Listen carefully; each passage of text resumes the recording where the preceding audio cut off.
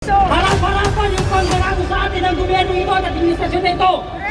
Hanggang ngayon, walang naninindigan, walang nag-iingay, walang napapanagot, walang matibay na eksplanasyon sa mamamayang Pilipino kung bakit si PRRD ay nasa... Dahil sa petition ng habeas corpus, nais namin na ipanawagan ngayon dito sa harapan. At ang magpapaliwanag nito, tatawagin ko si Mr. Ed Laurencio.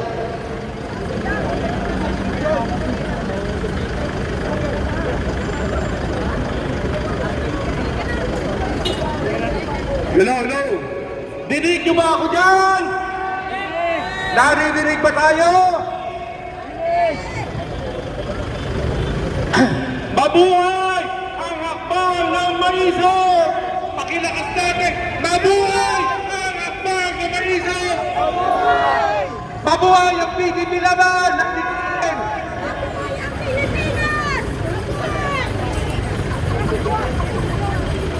Magandang hapon po sa inyong lahat. At ito ngayon, at natutuklasan po ninyo na pagkilap ay hindi lang dito sa NCR, kundi Luzon, Visayas at Mindanao at yung ating mga kamaisog sa international. Ano ang layunin namin dito sa harapan ng Supreme Court? Ang aming diin ng pagkilos ngayon dito ay una, aksyonan na ng Supreme Court yung aming petisyon na hinaindyaan ng habeas corpus. Ano pa ho ang ginagawa natin? Ang ating dating presidente, 80 na o 81, hanggang ngayon, nagdudusa sa ibang bansa. Bakit hindi dito nititig ng ating dating presidente? Kung meron tayong korte dito sa Pilipinas at kung may kaso yung dating presidente ng Pilipinas na kinakailangan dito usigin, kung may pagkakamali dito ikulong, hindi doon sa ibang bansa.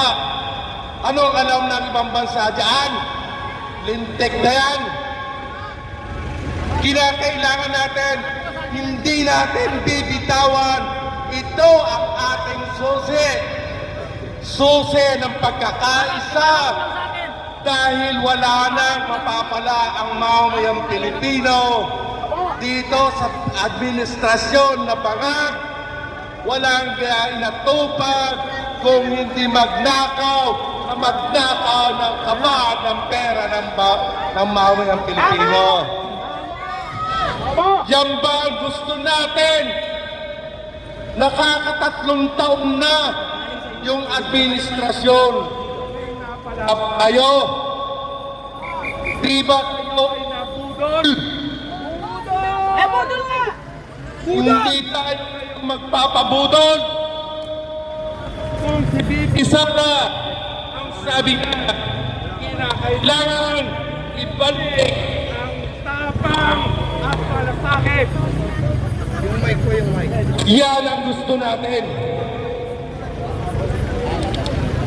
Naglolo ba? Okay na po yan. Hello. Ang kinakailangan natin ay yung slogan, tapang at palasakit ang gusto natin. Hindi yung puro pagnanakaw. Kaya kita ninyo sa mga barangay natin, buy one, take three, ang lantaran ng shabu sa mga barangay.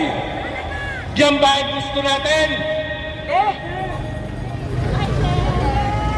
Dahil sinakripisyo ni Tatay Digong ang laban sa gera sa droga. Tapos yung pa ang pinakulong na ang daming nakinabang, ang daming nakinabang dyan sa war on drug ni Tatay Digong. Pero ngayon, sinakripisyo niya ang kanyang buhay alang-alang sa bansang Pilipinas. Kaya hindi ho tayo makakapayag kahit na malayo si Tatay Digong, nandito ang sabayan ng Pilipino, nagmamatid, nag-oobserba, at hindi natin tatantanan, kinakailangan ang malakihan ganitong pagtitipon. Kaya po, nananawagan kami sa Korte Suprema, lahat ng mga justices natin, baka bigyan nyo ng urgency, yang nakapending dyan sa inyo, ay dapat naman po mabigyan na ninyo ng aming sinisigaw ang hustisya, katarungan na hinihingi ng sambayanang Pilipino. Palayain si Tatay Digong! Ayun na! Ayaw mo pasagin. Babasagin. Lalabas mo muna. Babasagin.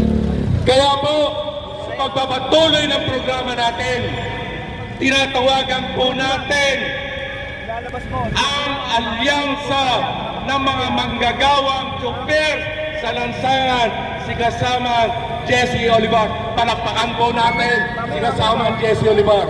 Babasagin. Tuturam. Babasagin. Ito siguro. Kaya nga. Ibigyan natin yung belly advice ko rito kasi abangan niya. Every year, ginagawa ko yung pangalawang yun. Kaya ba? Kaya? Hello. Kaya? Awas mga ta siguro to. Habang nagmumura kayo, matabas mo siya. Parinig ba dyan? Parinig? Parinig lahat? Diyan mo na yan. Siguro maraming nagtatanda sa mukha ko ano? Ganyan siya kasi nag-abang yung Kulang-kulang isang taon ako na hindi nagsasalitaan nito. Itablado na ganito. Balo. Dahil ako sana, ayaw ko sana. Makikialam dito sa ganitong sitwasyon. Mayroon tayong tagapagpatupad. Ginawa ko yan last year. Pero nakalimutan Rampage ang kinamang. ng ating mga tagapagpatupad. May matupad ang batas na tama para sa sabayan ng Pilipino. Una, ako naniniwala ako sa buong bansa ng Pilipinas, ang ating hustisya, ang ating judge ay gumagana. Bakit? Pinala nila sa dahig, doon nila nililitis, pero yung mga kumplinan, nandito nagsasampa ng kaso sa Pilipinas. Di ba? Nakakahiya ito, yung habeas corpus na nandyan sa Korte Suprema, masyado na ninyong binabastos ang Korte Suprema dito sa bansang Pilipinas. Dalawagan tayo sa Supreme Court.